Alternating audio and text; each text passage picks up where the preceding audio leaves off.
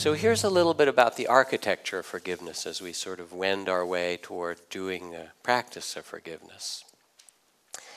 First, some basic understandings.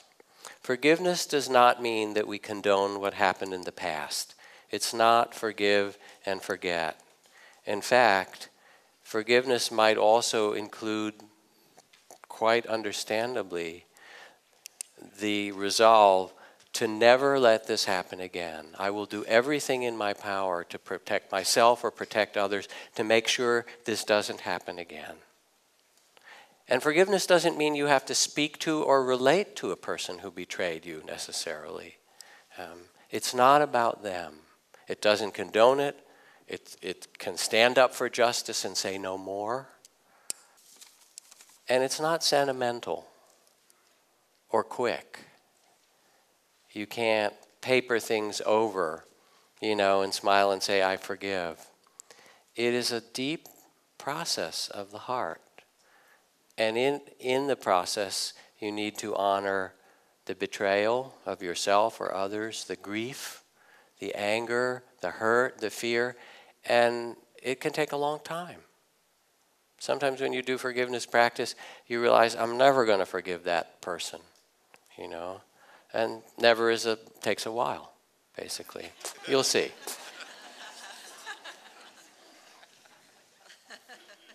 Or forgiving yourself, which in some cases can be equally long and difficult.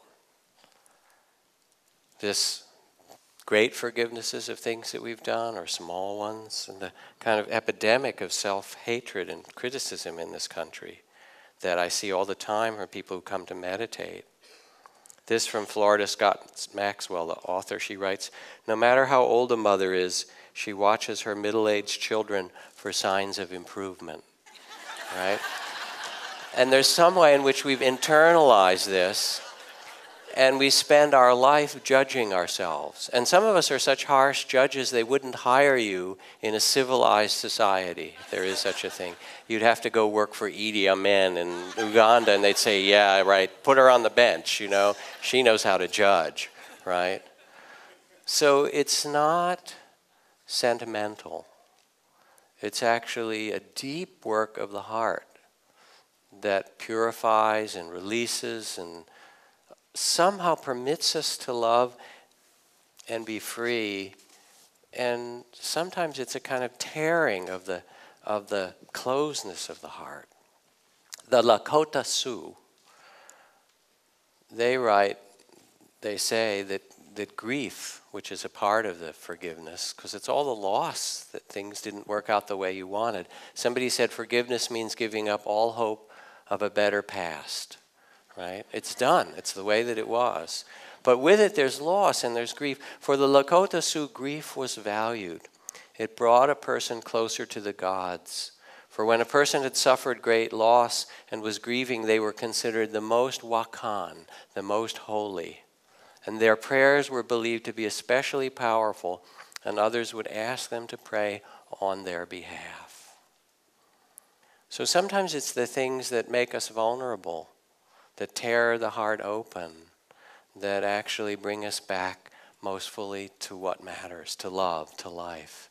That our vulnerability becomes a place that our hearts depend on for staying alive and open, even when we're hurt. Does this make sense to you?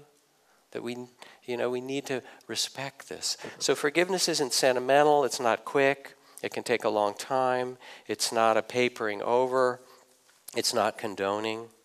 It's also not for anybody else. It's like the two ex-prisoners of war, one who says to the other, have you forgiven your captors yet? And the second one says, no, never. And the first one then looks and says, well, they still have you in prison then, don't they?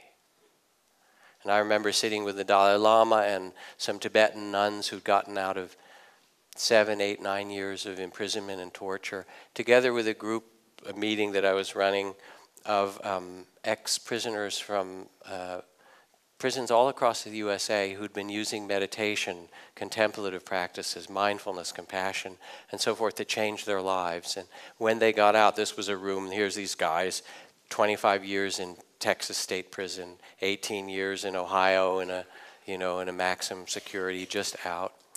And these people sitting with the Dalai Lama and with these little nuns who were in prison when they were teenagers for saying their prayers out loud. And the nuns, somebody said, "Were you ever afraid?" And they said, "Oh yes, we were terribly afraid. And what we were afraid of is that we would end up hating our guards, that we would lose our compassion. That's the thing that we most feared." And they sat there, these sweet young nuns. And I remember this one guy who'd been in prison for, 18 years in Ohio saying, "I seen some brave folks in my day, and I ain't never seen anything like you young ladies." It was really amazing.